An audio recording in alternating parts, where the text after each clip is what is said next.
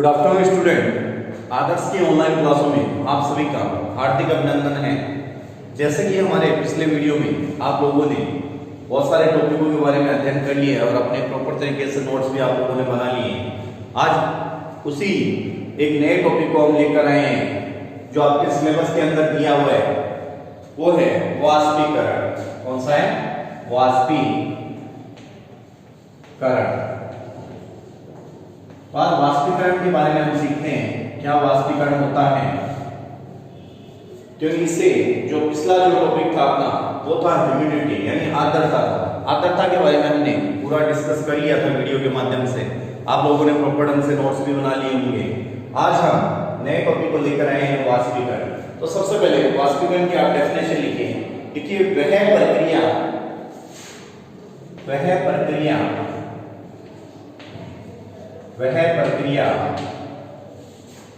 जिसके द्वारा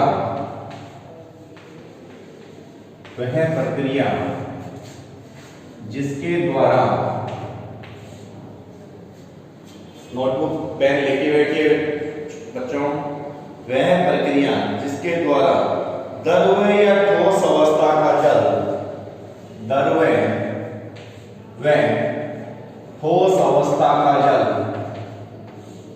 ठोस अवस्था का जल द्रव्य ठोस अवस्था का जल गैस या जलवाष्प में बदलता है। गैस या जलवाष्प में बदलता है। गैस या जलवाष्प में बदलता है।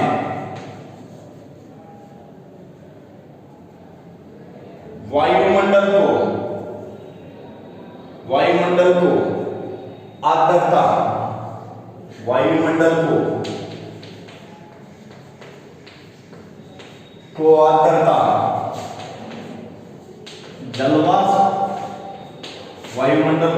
आर्द्रता। देखिए आगे, वायुमंडल को आर्द्रता वाष्पीकरण द्वारा ही प्राप्त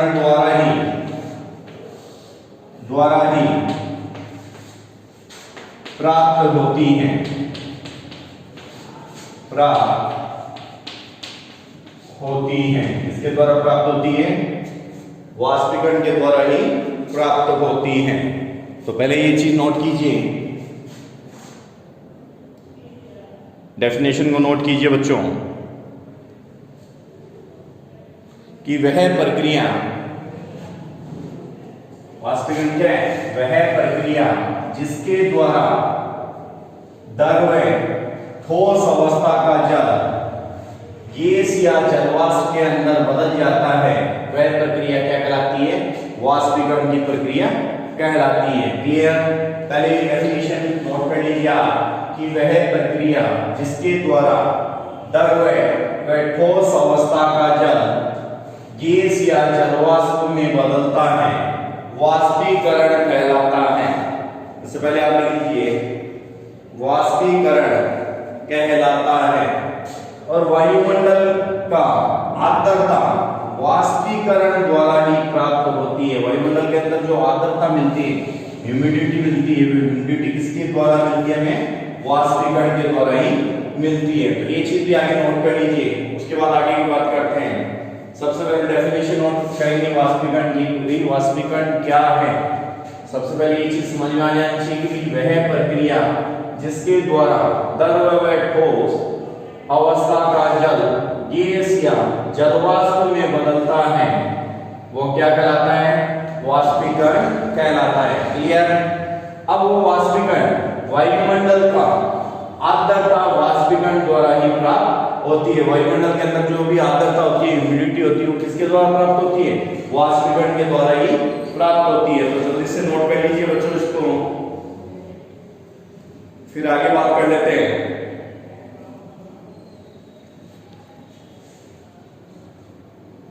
हो गई नोट? जल्दी से कीजिए। दोबारा इस चीज को समझते हैं कि भी वाष्पीकरण किसे कहते हैं। वह प्रक्रिया जिसके द्वारा द्रव व ठोस अवस्था का जल गैस या जलवाष्प के अंदर बदलता है वह क्या कहलाता है, वाष्पीकरण कहलाता है। क्लियर। अब वाष्पीकरण जो वायुमंडल का जो आर्द्रता है, वायुमंडल के अंदर जो आर्द्रता है, ह्यूमिडिटी होती है, वो ह्यूमिडिटी किसकी वजह से होती है बच्चों, वाष्पीकरण के द्वारा होती है। तो इसलिए इस लाइन को लिखिए कि वायुमंडल का आर्द्रता वाष्पीकरण द्वारा ही प्राप्त होती है। वायुमंडल को जो आर्द्रता होती है वो किसके द्वारा प्राप्त होती है, वाष्पीकरण के द्वारा ही प्राप्त होती है। अतः जिस प्रक्रिया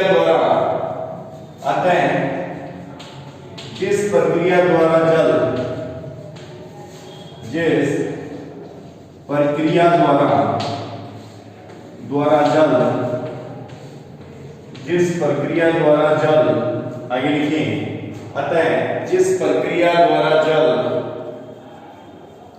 जलवाष्प में बदलता है, जलवाष्प में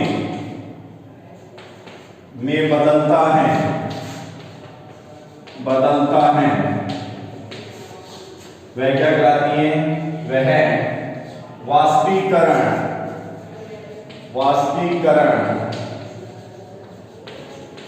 कहलाती है।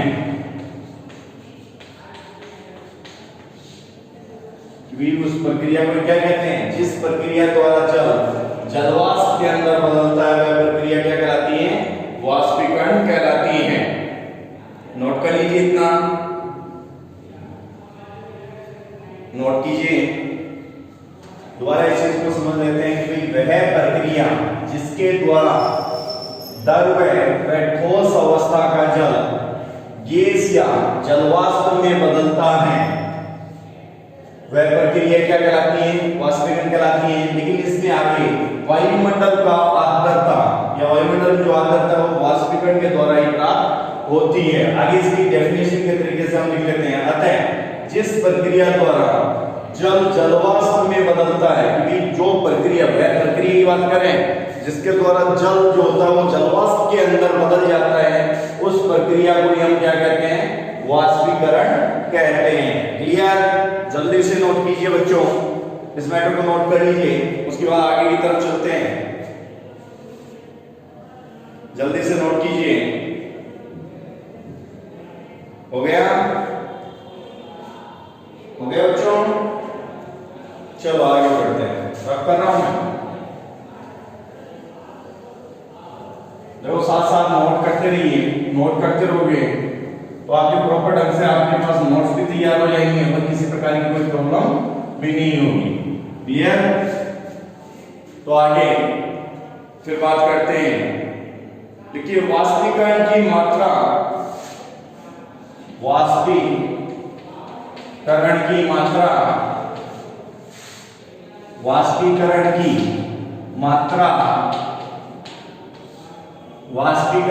मात्रा तथा तीव्रता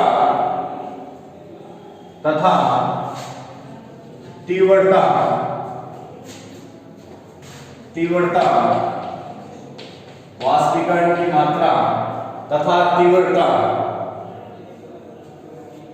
वाष्पीकरण की मात्रा तथा तीव्रता, वायु की गति,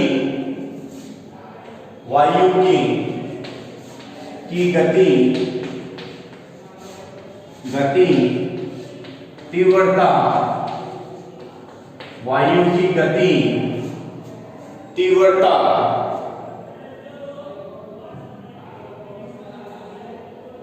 तापक्रम तथा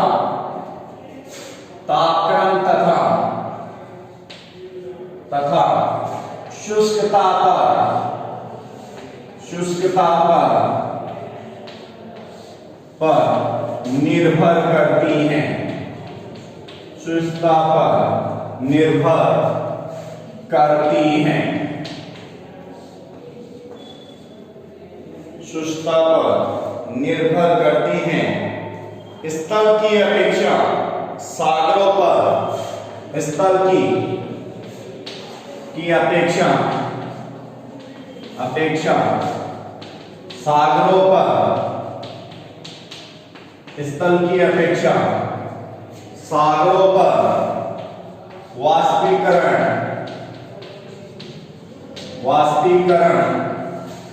अधिक होता है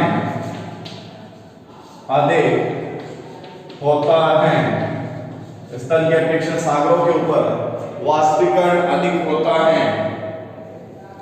1 ग्राम बर्फ को 1 ग्राम बर्फ को पानी में बदलने के लिए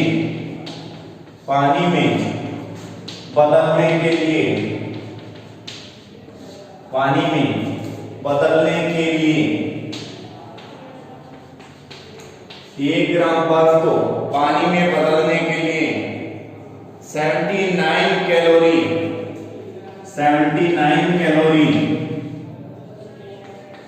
की आवश्यकता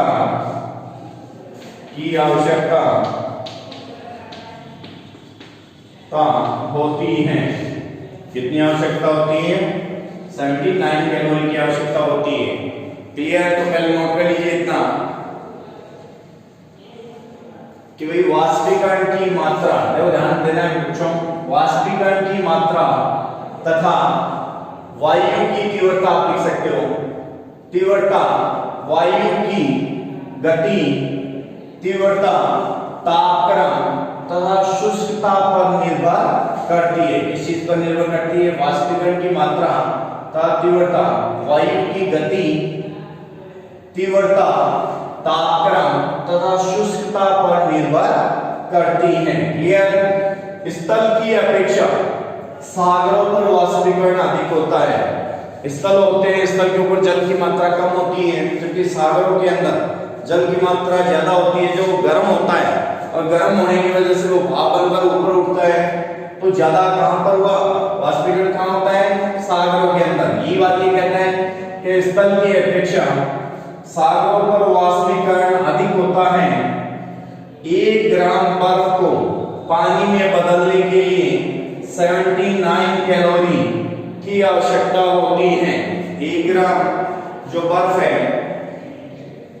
उसको पानी में बदलने के लिए 79 कैलोरी की आवश्यकता होती है। नोट कीजिए जल्दी नोट कीजिए बच्चों।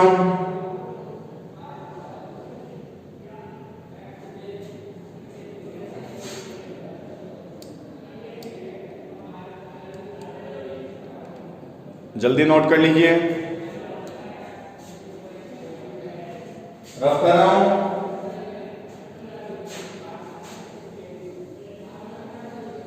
साथ साथ देखो नोट करते रहोगे ताकि आपके प्रॉपर ढंग से नोट्स भी आप लोग को तैयार होते रहे। समझ रहे हो चीजों को? देखो कल के वीडियो में हमने आर्द्रता के बारे में बात की थी और आर्द्रता आप सभी को पता है, चल भी गई होगी कि आर्द्रता क्या है। 2 प्रकार की आर्द्रता की हमने बात कर ली थी, निरपेक्ष आर्द्रता और सापेक्ष आर्द्रता। तो दोनों की बात हो गई थी। आज जो टॉपिक चल रहा है वो वाष्पीकरण का चल रहा है अपना। आगे उसी लाइन के आगे लिखिए, तथा 1 ग्राम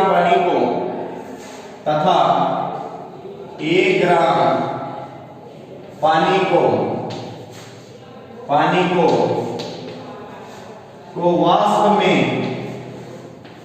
1 ग्राम पानी को वाष्प में बदलने के लिए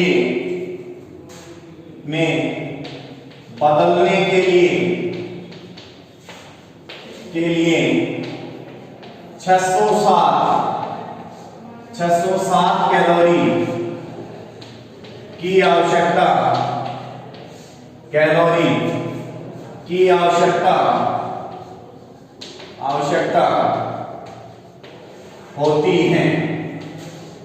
की आवश्यकता होती है।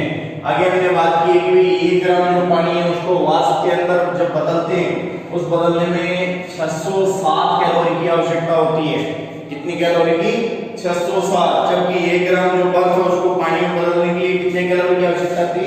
79 कैलोरी की आवश्यकता थी। क्लियर? और 1 ग्राम जो पानी है उसको वाष्प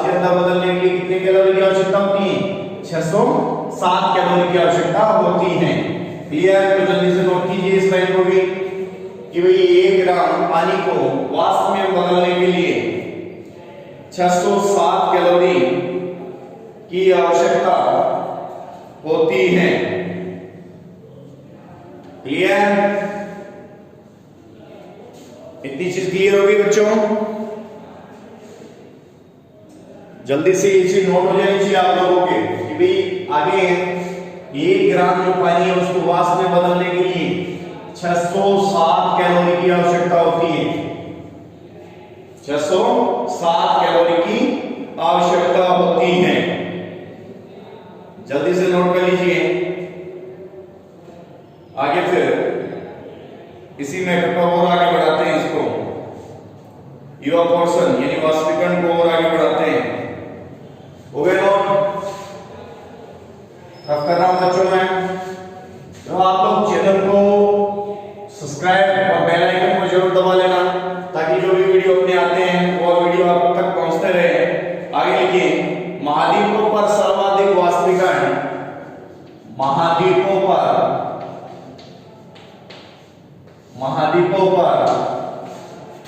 सर्वाधिक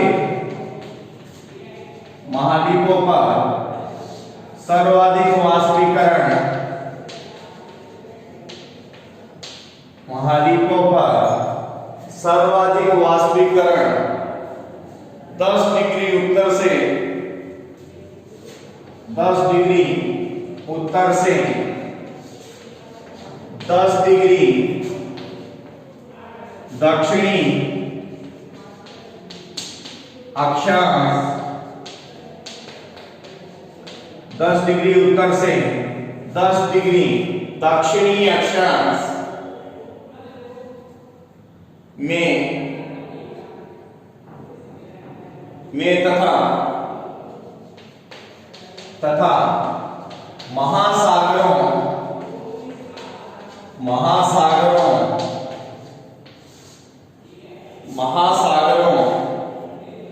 सर्वाधिक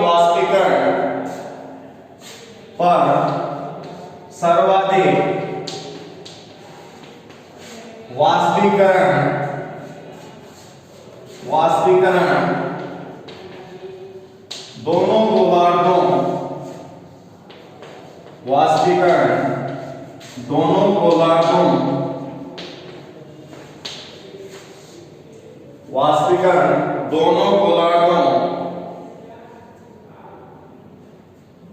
में 10 से 20 डिग्री में 10 डिग्री से 20 डिग्री 10 डिग्री से 20 डिग्री अक्षांशों के मध्य होता है। अक्षांशों के मध्य होता है। अक्षांशों के मध्य होता है। अगेन मैं रिपीट कर रहा हूं कि भाई महाद्वीपों पर सर्वाधिक जो वाष्पीकरण है वो 10 डिग्री उत्तर से 10 डिग्री दक्षिणी अक्षांश में तथा महासागरों पर जो सर्वाधिक वाष्पीकरण होता है वो दोनों गोलार्धों में 10 डिग्री से लेकर 20 डिग्री अक्षांशों के मध्य होता है। तो दो चीज की यहाँ पर बात कर रहे हैं, एक महाद्वीप की और दूसरी महासागर की बात कर रहे हैं। तो ये महाद्वीपों के ऊपर कहां पर वाष्पीकरण सबसे ज्यादा होता है और महासागरों के ऊपर सबसे वाष्पीकरण कहां होता है, कौन से? देखिए आप सभी को पता है कि भाई ये अर्थ है और इस अर्थ में बीच में क्या आता है? भूमध्य सागर होती है, इक्वेटर होती है। अब जो ऊपर की तरफ बात कर रहे हैं यहाँ पर कि भाई महाद्वीपों पर सर्वाधिक वाष्पीकरण, इसको क्या बोलते हैं? 0 डिग्री की। हमेशा इक्वेटर कहां होता है? 0 डिग्री पर होता है। कि भाई महाद्वीपों पर सर्वाधिक वाष्पीकरण 10 डिग्री उत्तर से 10 डिग्री दक्षिण अक्षांश। तो ये बात हुई भाई 0 से 10 डिग्री उत्तर और नीचे यहाँ पर 10 डिग्री दक्षिण, 10 डिग्री साउथ और 10 डिग्री नॉर्थ। क्लियर? ये जो पोर्शन है बच्चों, समझ गए? महाद्वीपों पर सर्वाधिक वाष्पीकरण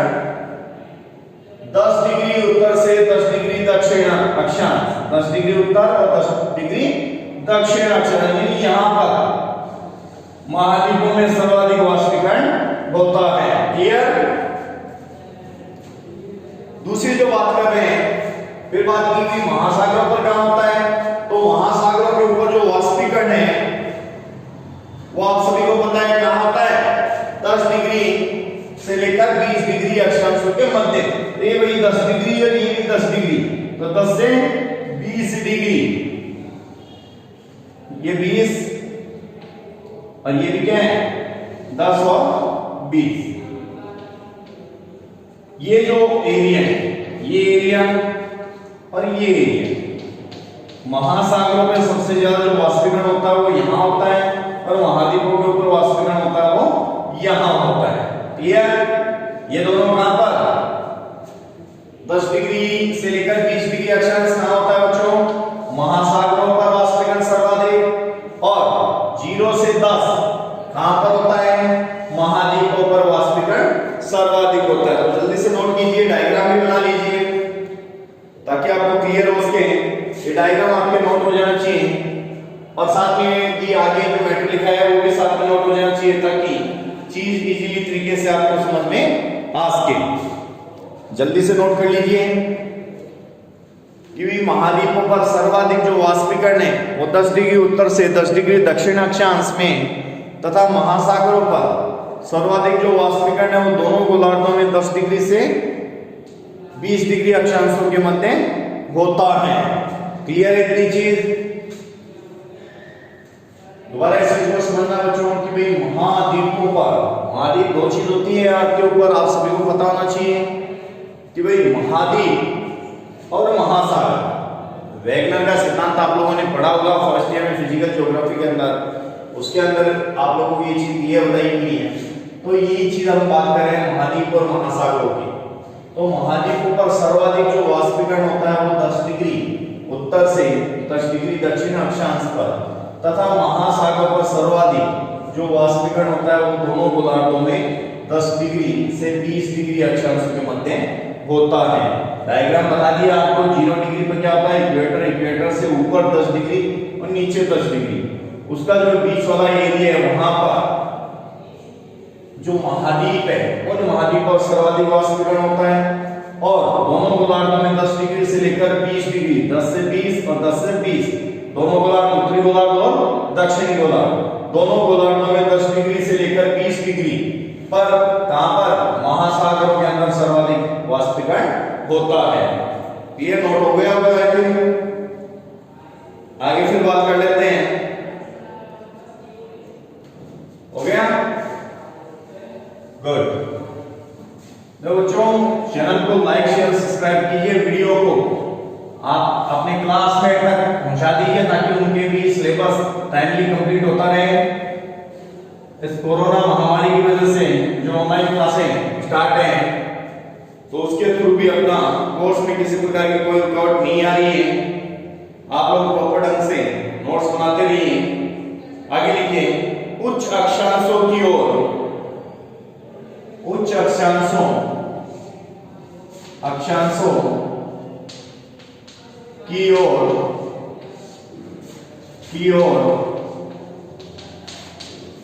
वाष्पीकरण, उच्च अक्षांशों की ओर वाष्पीकरण, उच्च अक्षांशों की ओर वाष्पीकरण की मात्रा क्रमशः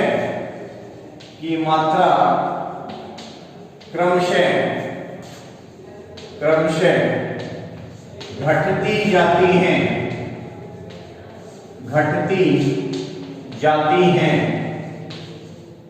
मात्रा क्रमशः घटती जाती है। वाष्पीकरण हर जगह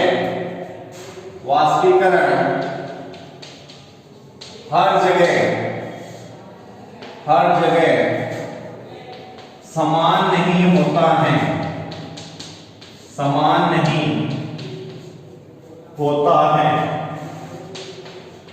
वाष्पीकरण हर जगह समान नहीं होता है। वाष्पीकरण की मात्रा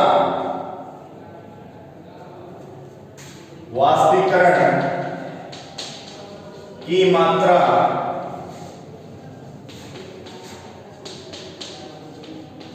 वाष्पीकरण की मात्रा मुख्य रूप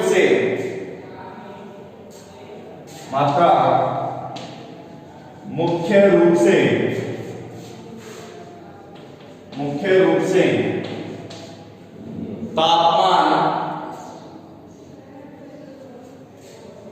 तापमान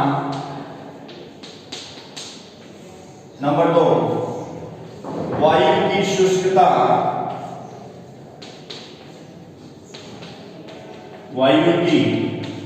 शुष्कता नंबर 3 जल क्षेत्र का विस्तार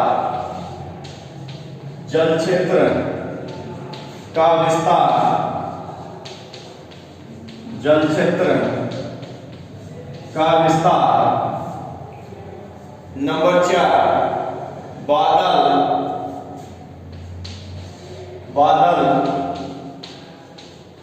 नंबर 5 पवन का वेग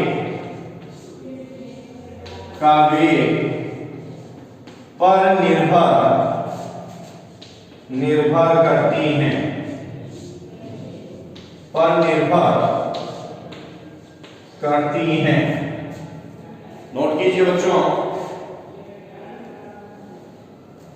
कि भाई उच्च अक्षांशों और वाष्पीकरण की मात्रा क्रमशः घटती जाती है। उच्च अक्षांशों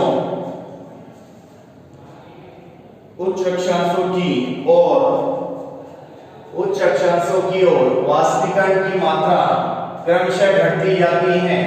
वाष्पीकरण हर जगह समान नहीं होता है। वाष्पीकरण की मात्रा मुख्य रूप से तापक्रम, वायु की शुष्कता, जल क्षेत्र का विस्तार, बादल, पवन का वेग आदि पर निर्भर करता है। नोट कीजिए इसको। उसके बाद इस चीज को और समझा देते हैं।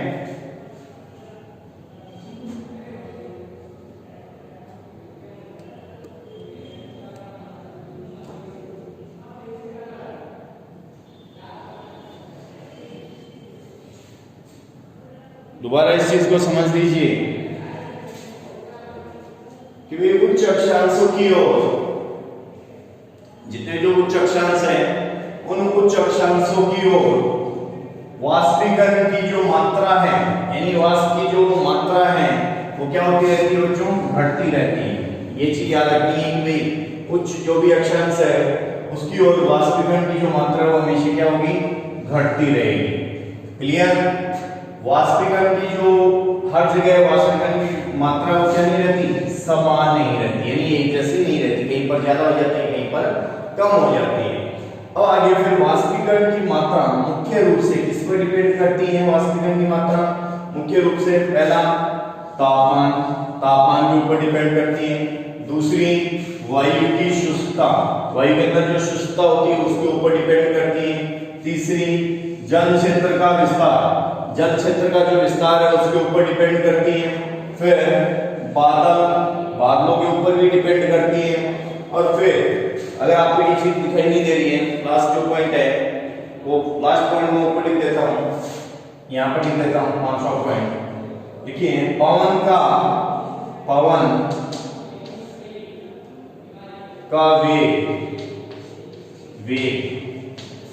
का वेग पर निर्भर करती है। किस पर करती है? पवन के वेग पर निर्भर करती है। ये लास्ट पॉइंट आपको लिखना है। ये नीचे वाला रफ कर रहा हूं, आपको आई थिंक आधा बहुत दिखाई दे रहा होगा, इसलिए मैं ये रफ कर देता हूं। 5वां पॉइंट मैंने ऊपर लिख दिए। पहला पॉइंट वाष्पीकरण की मात्रा किस पर निर्भर करती है? पहला तापमान, वहां का जो तापमान है उसके ऊपर डिपेंड करती है। दूसरे वायु की शुष्कता, वायु के अंदर कितनी शुष्कता है उस पर डिपेंड करती है। तीसरा जल क्षेत्र का विस्तार, जल क्षेत्र के विस्तार पर डिपेंड करती है। फिर बादलों के ऊपर डिपेंड करती है। और लास्ट जो है वो पवन के वेग के ऊपर भी निर्भर करती है। जल्दी से नोट कर लीजिए। यहाँ पर अपना जो वाष्पीकरण का जो टॉपिक है वो पूर्णतः कंप्लीट होता है। वाष्पीकरण आई थिंक आप लोगों को समझ में आ गया होगा। अब एक लास्ट जो वो इसमें एक टॉपिक बचा है संघनन का, वो संघनन का टॉपिक हम नेक्स्ट वीडियो के अंदर बात कर लेंगे। इसी अकॉर्डिंग आप लोग जुटे रहिए और वीडियो को लाइक शेयर सब्सक्राइब करना बिल्कुल ना भूलिए। आप लोग प्रॉपर ढंग से अपने नोट्स भी बनाते रहिए। कोई भी डाउट हो तो कमेंट बॉक्स या फिर मुझसे संपर्क कर सकते हो। इसी के साथ धन्यवाद। दोबारा मिलते हैं नए वीडियो के साथ में, नए टॉपिक के साथ में। आप लोग इसी अकॉर्डिंग स्टडी अपनी जारी रखिए।